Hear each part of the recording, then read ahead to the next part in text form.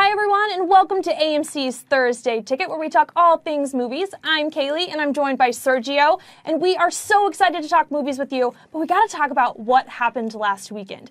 AMC had a huge weekend. Yeah, I mean, and that's putting it very lightly, because it was an incredible weekend. We crushed it. I mean, of the top theaters in the country, right? AMC held, and this doesn't happen very often, the top 15 highest grossing theaters in the entire United States came by way of AMC. That is a testament to how much you guys love visiting AMC theaters. So thank you very much for your support. Keep it coming, because we have an absolutely marvelous weekend in store for you this weekend. I see what you did there. Indeed. Captain Marvel, the moment that we've all been waiting for all year long and probably even longer. Captain Marvel is finally in theaters this weekend. Yeah, I mean, ever since Nick Fury sent that last-minute page right before he disappeared, not a spoiler, right? Because if you haven't seen Avengers Infinity War, shame on you. But yeah, he sends that page, and the pager falls on the floor, and then you see Captain Marvel's insignia come up. Well, we're hoping she got the message. But yeah, so this leads us right into the question of the week. Yep. And we want to know from you, whose side are you on?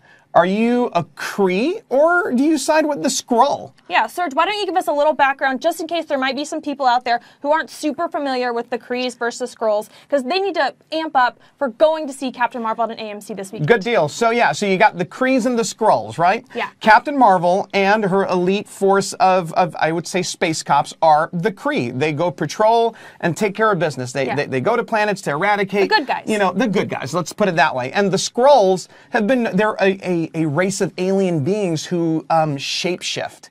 And they have been known in comic books traditionally to invade planets and just kind of take over. Yeah. They go in there and they just kind of migrate and become... Yeah, an example of them is in the trailer when you see Captain Marvel punch the grandma. It absolutely frightened me. She's punching a grandma, but it's just a Skrull. She's not really punching a grandma. At least we think she's a Skrull. No, you definitely know she's a Skrull. She's shape-shifting. So, Serge, which side are you on? Let us know. You know what? I gotta say, I'm a Kree. Yeah. I'm one of the good guys, for sure. I agree. I've got to go with my girl, Captain Marvel. I've been so excited to see her in this, so I've got to be on her side no matter what. So let us know. Again, keep chiming in. We're curious to find out who you support the most. But it's time to start talking movies in our weekend movie guide. Let's kick it off.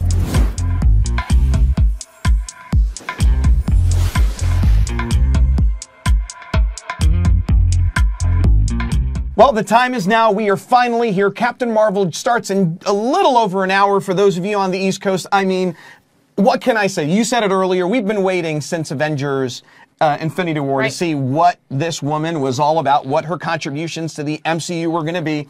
Talk to me, Kaleigh. Yeah, I am so excited. I want you guys to keep answering our question of the week. Are you a Kree or are you a Skrull? And we actually have a super cool clip to show you guys. We sat down with the cast to kind of figure out why there is this rivalry. Who are the Krees? Who are the Skrulls? Let's check it out. We made you one of us, so you could live longer, stronger, superior. What is the main core difference, or I guess the core conflict between the Kree and the Skrull? Well, particularly for the Kree, they have a very tribal mentality. They feel that they're a superior kind of society, superior beings, and I think it automatically creates that kind of us and them divide. The amazing thing about Skrulls is that they can shapeshift, so that makes them a really, really challenging enemy. And that's kind of at the core of the conflict between these two cultures, is that the Kree feel like the Skrull could be anywhere at any time. It's hard to fight the enemy that they're trying to fight. So I am convinced, without a doubt, that we chose the right side. We did. I mean, we're space cops, right? I love their outfits. I think they look totally cool. Yeah, those are sick. I could rock that in the office one day. It's going to happen. Halloween, wait and see. Look out. No, this is a huge deal for the MCU. You know, we've had other female superheroes, but we've never had one that's had her own True. her own origin story, and let Agreed. alone to be the star of a film. I think that this is long overdue, and I cannot wait to see it play out on the big screen. And I really don't think that they could have chosen any better when they chose Brie Larson. Yeah, I mean, she's been very vocal about how excited she is to be a part of this. Yeah. I mean, you're being immortalized as a superhero. I mean, it doesn't get cooler than that as it the is. strongest, if not the strongest in the MCU. We're going to have to see how it plays out. But I think it's so cool. How cool is it that the strongest, most powerful superhero is a girl? Heck yeah. Yeah, I mean, we were talking Wonder Woman before, now we're talking, you know, Captain Marvel, and you said it already, Brie Larson, great casting. I mean, you can't go wrong. Yeah. Academy Award-winning Brie Larson, 2016, The Yep. Room, you know what I mean? Like, you can't go wrong. So, very excited about that. But we talked about origins, right? We did, yeah. And although this is Carol Danvers' origin, Captain Marvel, she's not the only one that makes that appears in this type of origin story. Right, This is Nick Fury. Yeah, I'm gonna say this is Nick Fury's origin story too. You get to see him here, 2 eyes, totally much younger, but more importantly, I mean, he's a part of S.H.I.E.L.D., but he had no idea that aliens existed and that people with superpowers were a thing and this and that. So he is discovering this for the first time, which I'm really excited to see how he goes through the motions and this and that. But yeah, this is definitely a twofer. 2 origin stories, I'm pretty sure. Yeah, we sat down with the cast and the directors to kind of talk about these origin stories and a different side of the MCU that we get to see. Let's take a look. Hi everyone, I'm Amy Vorpahl with AMC Theaters, and I am at the Edwards Air Force Base in California, right where they shot Captain Marvel. I'm surrounded by Air Force service women and men and super cool jets, and I was able to actually talk to the cast and directors of the newest installation to the MCU. Let's see what they had to say. We've seen an older Nick Fury in a whole lot of Marvel films now, and we've gotten to know him. And here we get to meet him before he's even heard of aliens. People tend to like origin stories, so this is kind of, you know, great for that. It's an easy film to absorb because it's a film about a person rediscovering who they are. Getting information about Carol, a lot of information about Fury, and a lot of assumptions about his eye. Might have been the most important moment of the film for fans. All right, we see all of your comments. We see how excited you guys are. You're just as excited as us. And I know you're going to want to be the first ones to see it, so you're going to want to go to the AMC Captain Marvel fan event. That means that you get to see it 1 hour before anyone else. Avoid all those spoilers. By the way, that's exactly why I got my tickets. I got my 3 tickets to go see that at 6 o'clock. Yep. Be there or be square. Yeah, so not only do you get to see an hour early, but you also get popcorn and a collectible coin. By the way, if you haven't noticed, Kaleigh and I seem to shop at very similar stores. We do. We actually got these shirts from our local AMC theater. So when you go to that fan event, or if you just decide to go see Captain Marvel, which you darn well should, make sure you pick up these shirts. We also have keychains for sale and the awesomely collectible, those lovable Pop Funko figurines that everyone likes to get. So make sure you pick those up. We're going to link AMC locations that are participating in the sale of our merchandise. Yeah, lots of movie merchandise that we are super excited about. We are also excited about our Hollywood news, so we're going to get to it right now.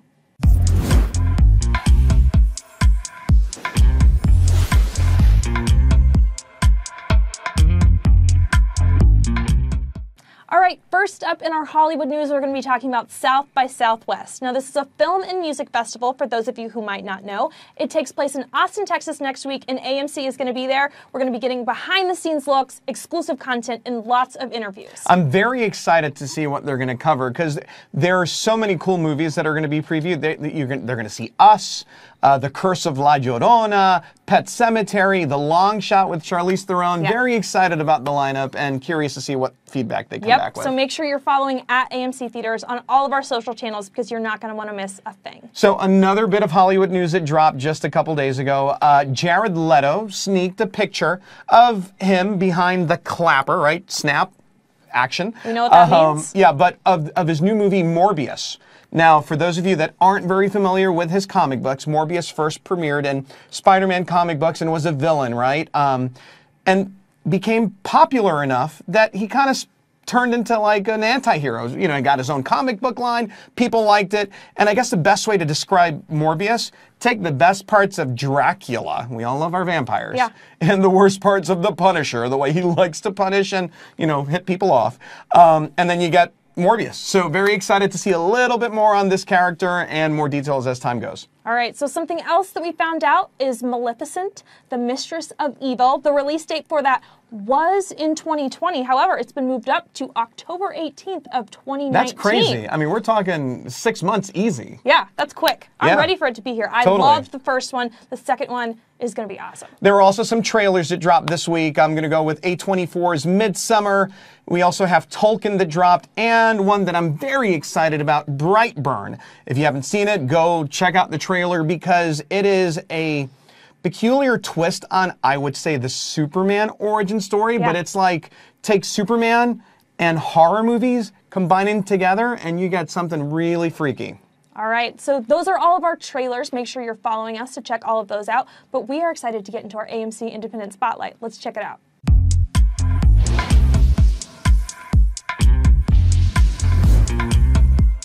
All right, for our independent fans out there, we have Everybody Knows, starring real-life couple Penelope Cruz and Javier Bardem. They actually play ex-lovers of one another. Penelope's character, Laura, comes back to Madrid for her sister's wedding when she's met up with Javier's character. And you think that it's going to be a love story, but something happens to the wedding reception that absolutely turns the movie into this dramatic thriller.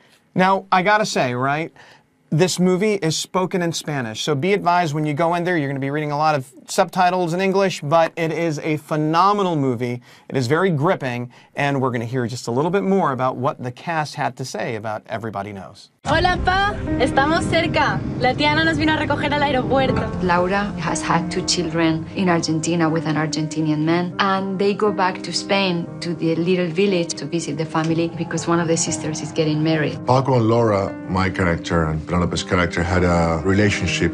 ¿Sabes quiénes eran estos dos? Tu madre, de Paco. Estuvieron enamorados. ¿En serio? And when she comes back to the village with her family, there's an energy. Everything starts in a very happy note, but something happens on that night of the wedding that changes the life of everyone in that family. Irene. Que no es obra de desconocidos.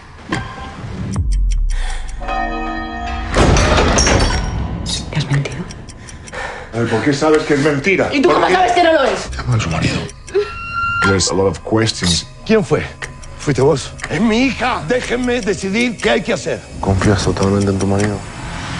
There's a thriller aspect, and the truth is way different from what we expect. A movie like this, you're gonna go into that adventure, into that trip, into that story, and really enjoy that experience. It's a communion. Hola. ¿No te das cuenta que lo único que quieren es dinero?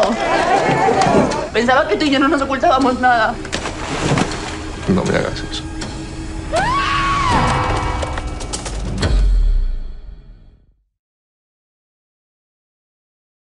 So the next film we're going to talk about is Captive State. Now, important to know, Captive State does not open this week. It does open next week. But it is a spy thriller set in this sci-fi genre, alien, takeover scenario, which is pretty peculiar. It is a very adult and sophisticated film, so it reminds me of District 9, The Arrival. I'm going to even venture to say Annihilation and 10 Cloverfield Lane, probably because of John Goodman, but Vera Farmiga is also in the movie. So we'll get into that movie a little bit more next week, but Captive State, make sure you catch that one out. Another movie that comes out next week is Nancy Drew, The Hidden Staircase. Fun fact, this is produced by Ellen DeGeneres. It is a PG movie, so it'll be great to take the family to next week, and it's also only playing at AMC Theaters.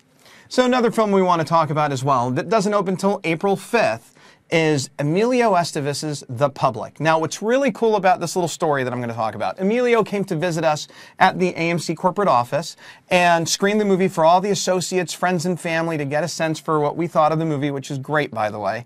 And the movie deals with a librarian who has to figure out this humanitarian crisis where, you know, he's in Cincinnati, coldest winter they've ever experienced, and then you have all these homeless people that are walking into the library to seek shelter. Yeah. So the movie is awesome. Make sure you check it out. We'll talk about it more in future shows, but again, it's the public, and that's on April 5th. All right, right now we're going to get into our AMC exclusive offers.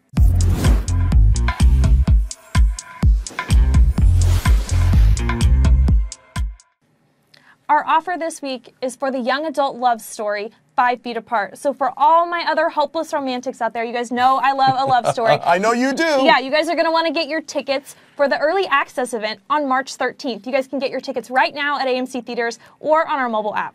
So, you know, we spoke about it at the very top of the show, how we had 15 of the top theaters in the country were all AMC. Well, we wanted to give you guys a huge thank you because you're showing us that you love visiting our theaters by way of the AMC A-List membership. We have officially crossed 700,000 members. Yes. That is a gigantic number. So again, if you are a member, thank you for partaking. If you are not a member, go sign up. You get 12 movies a month. It's an incredible deal. Yeah, you guys are going to want to join the AMC Stubs A-List to see what all 700,000 people out there are absolutely loving. So I think that does it for the show this week, right? I mean, we've spoken about the biggest movie so far this year, Captain Marvel. Yep. But don't forget, we're here every Thursday. Same time. Same place. We are going to talk about Wonder Park, 5 Feet Apart, Captive State, Nancy Drew, and No Manches Frida. All right, guys, have a marvelous weekend, and we'll see you at the movies. See ya.